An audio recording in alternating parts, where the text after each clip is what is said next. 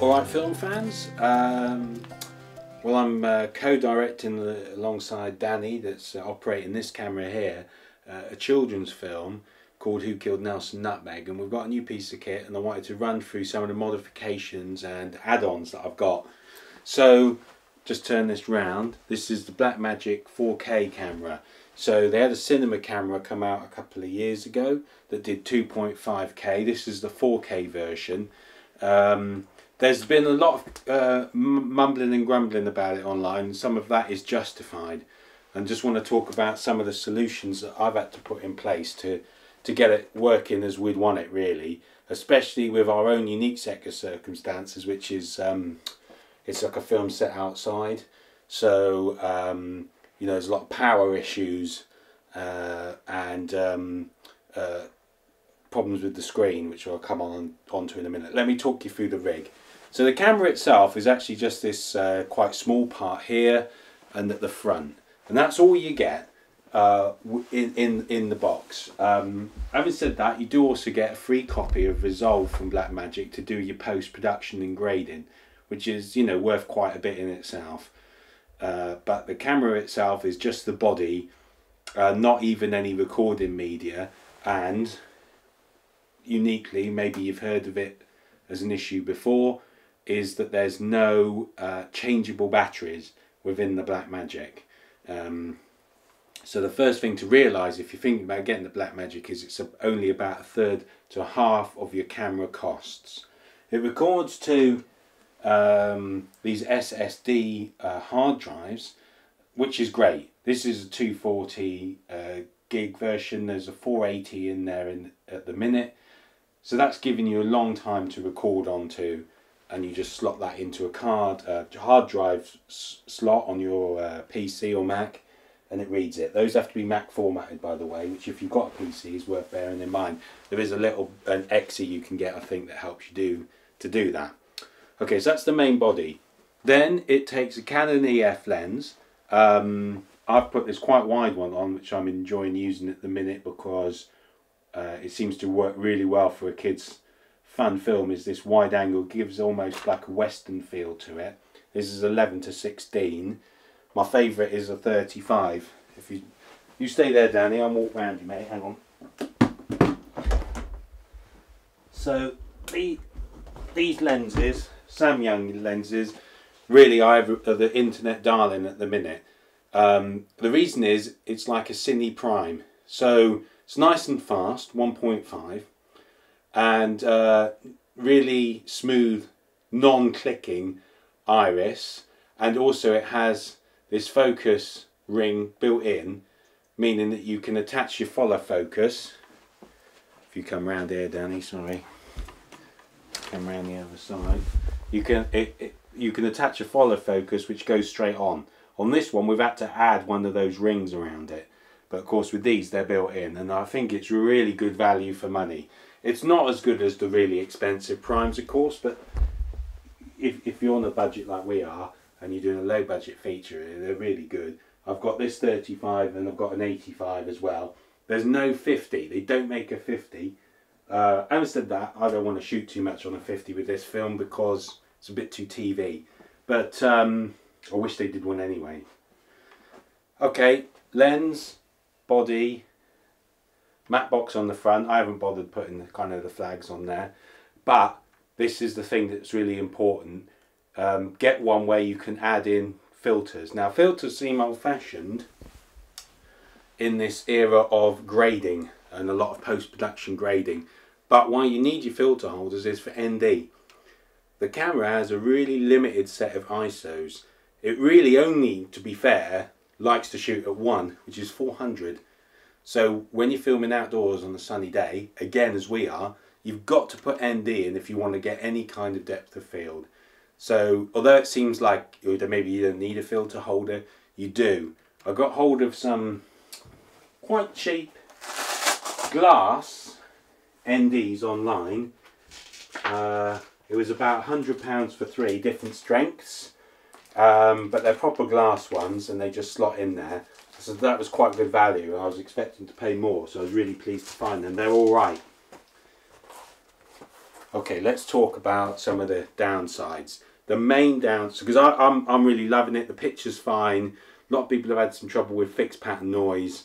This one seems okay from what I've done so far, and I've pushed it around in post a little bit. The downsides are, the first is this screen. You probably see all sorts of crazy things like the lighting stand in here at the minute. But this screen, as you can probably see from this very shot, is very reflective. It just shines back everything. You must use another monitor with it. Outside. Inside you can get away with it. Outside you just can't. You cannot see a thing on it. We had our hoods over the top of it. It was awful trying to do it. If you get an external monitor, of course, you get other features like a histogram. This hasn't got a histogram on it as a camera. On the monitor you do have one. That's going to help with your exposure. Again, something you can't do with the screen. You just can't tell what the exposure is. Now that's a bit of a bulk straight away, but I'm almost now, I can't go and film without that monitor built on. The Lilliput one, it's not too expensive, as you guys know, but this doesn't have HDMI out because it's 4K. It's got SDI out. Makes the monitor a bit more expensive. You can't get your cheap HDMI version. Right, this crazy thing on the side that you've probably already clocked is a battery. There's a built-in battery. I would say forget about it. That battery that's built into the Blackmagic is almost your backup or emergency battery for if you were changing power sources. It lasts about half an hour, so you can't rely on that for much. However, if that's your downside, your plus side is the fact that this will run off any voltage between 12 and 30. Now I've heard from others, I'm happy to accept what they're saying, is if you put in much more than 12 or more than 14 say, in fact it has to burn off the excess voltage if you like through heat. So you're better off with a kind of 14-ish volt power supply going into it. Now you can get all sorts of, and I can see the benefit of getting a proper V-lock battery solution. If you've got any of that from all your legacy kit, maybe you've shot on Digibeta in the past and you've got all big hefty power supplies ready, brilliant, because you could power this and your monitor and maybe even a sound system, sound recorder, say a Zoom or something like that. You could film all of that, power all of that from one solution. That would be amazing. Again, I haven't got any of that stuff, and my low budget solution I found was this 12 volt lithium ion battery online. It only cost £20. Very, very basic battery. It is just a battery with a couple of leads on it, and all I do, the Blackmagic takes a DC 12 volt DC input, pretty standard, slightly wider interior, so just check on the specs to make sure you get the right size, and then that just goes, you can just pop that in there and pop that into the Blackmagic and that will power it. Now this is about £20 but powers it for about an hour and a quarter, hour and 20.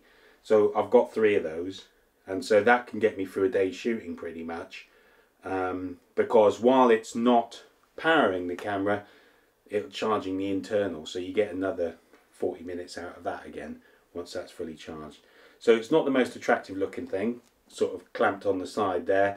You could clamp it up here, you could keep it in your pocket, whatever you want to do, but it works, and I was pretty pleased with that.